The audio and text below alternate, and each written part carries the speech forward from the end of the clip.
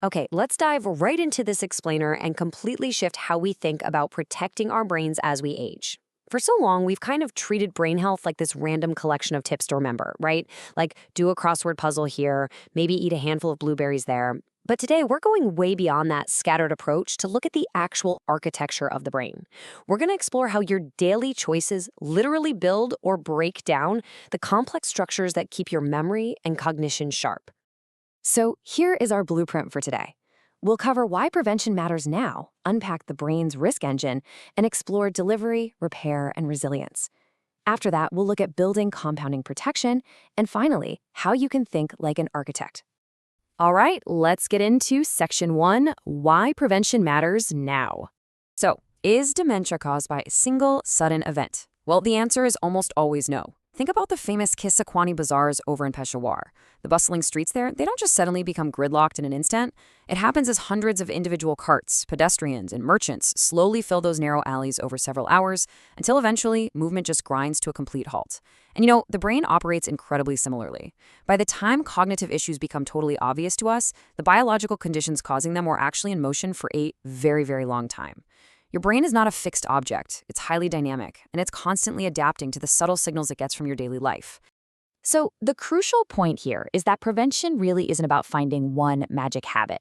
It's about how everyday micro factors add up to either protect or wear down your brain's resilience over time.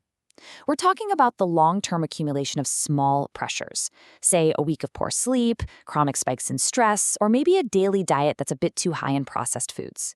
But on the flip side, small daily supports, like regular movement and deep rest, actively build up your defenses. The real question isn't whether one single superfood is going to save your memory. It's about how the ongoing pressures and supports in your life accumulate over decades, long before any symptoms ever show up. Moving on to Section 2, the brain's risk engine. Okay, picture a house. A really well-built house doesn't just collapse from a single day of heavy rain, but it does become vulnerable slowly over the years if, say, the roof develops a slow leak, the internal wiring ages, moisture seeps into the drywall, and the foundation subtly shifts. Your brain has a very similar dynamic, which we call the risk engine.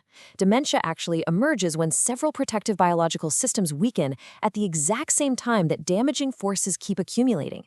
Just like a house needs a really solid foundation and a waterproof roof to stand the test of time, your brain needs robust blood flow and effective daily waste clearance to remain functionally intact.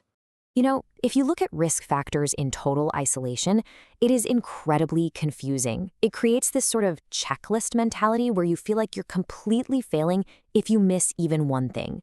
But the reality? Your brain is an interconnected biological system. It's a lot like a chair with 3 robust legs. A single weak leg on a chair might still hold you up just fine, but if multiple legs are damaged simultaneously, the whole structure becomes totally unstable. So you aren't trying to achieve absolute perfection in one single area of your life. Rather, you're trying to deliberately reduce the total overall load on the brain's interconnected risk engine. Let's dig deeper in Section 3, Delivery, Repair, and Resilience. Let's unpack the 3 massive pillars of this risk engine we've been talking about. First up is delivery. This system brings essential oxygen and fuel directly to your brain cells. But things like high blood pressure, diabetes, and smoking, they act like giant potholes on those supply roads, making it incredibly hard for the fuel to actually reach its destination. Second is repair. This system is responsible for clearing out metabolic waste and restoring balance. If you're dealing with poor sleep or chronic fatigue, it's basically like the cleaning crew never showing up. The toxic clutter just piles up inside the brain tissue. And finally, we have resilience. This is what helps your brain cope with and route around damage. But chronic inactivity, social isolation, and chronic stress actively weaken those neural pathways, leaving your brain fragile. Because your brain is literally shaped by repeated use, systemic inflammation levels, and circulation, true brain protection relies on the interplay of all of these factors. You need a reliable supply of nutrients, regular daily maintenance, low background stress, and constant intellectual or social engagement. And honestly, most importantly, you need a combination of all these acting together over time. If you can maintain strong delivery and reliable repair, your brain can absolutely handle occasional spikes in stress. It's really all about maintaining a low total load across the entire system. All right, Section 4, Building Compounding Protection. Just as biological risks can stack up over time, your protective habits can powerfully reinforce each other too. Take exercise, for instance. It isn't just about muscular fitness, it kicks off this incredible compounding loop. It acts as a profound signal of vitality to your entire body. When you engage in regular movement, your blood vessels become more elastic and responsive, which vastly improves your blood flow. That improved blood flow means a stronger, much more efficient delivery of nutrients to the brain. Better delivery makes the actual brain tissue more resilient. And fascinatingly, that increased cognitive resilience makes you feel more energized, making it dramatically easier for you to stay active and think clearly. It's this absolutely beautiful self-reinforcing cycle. Now, diet works in a slightly quieter way, slowly shaping the daily environment that your brain lives in. It directly affects the health of your blood vessels by modulating things like blood pressure and cholesterol. It also dictates your metabolism. So your brain is an incredibly energy-hungry organ that thrives on stable glucose. So when your blood sugar and insulin levels are wildly spiking and crashing, it damages the brain's ability to extract energy efficiently. Plus, diet controls systemic inflammation. When inflammation is high, it acts like a simmering fire, causing constant background wear and tear on your brain tissue. But while diet and exercise are extremely important inputs, the true, absolute force multiplier for all of this, it's sleep. Sleep doesn't just sit off to the side, it's woven deeply through the entire system. Without that vital maintenance window, chronic stress gets louder, your blood sugar control worsens, and all your other healthy habits become incredibly hard to maintain.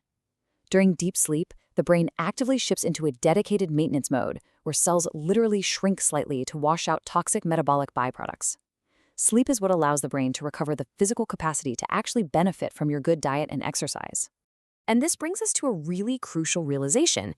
You know that seemingly random list of modifiable risks you hear from doctors all the time? They actually map directly back to the exact delivery, repair, and resilience systems we just unpacked. High blood pressure isn't just a heart issue. The mechanical force of it actually damages the brain's delicate delivery vessels. Diabetes isn't just a blood sugar issue. It damages the microvessels feeding your neurons. And social isolation, that isn't just a mood issue. It deprives the brain of novel stimulation and spikes your stress hormone, cortisol, which severely weakens your cognitive resilience. Everything points straight back to the exact same underlying architecture. Which leads us to our final part, Section 5. Think like an architect. We're turning all these insights into a completely new identity for you. Look, you're not trying to win against dementia in one dramatic, heroic rescue mission. Instead, think of it kind of like bailing water from a leaky boat, one bucket at a time, just to buy long-term stability.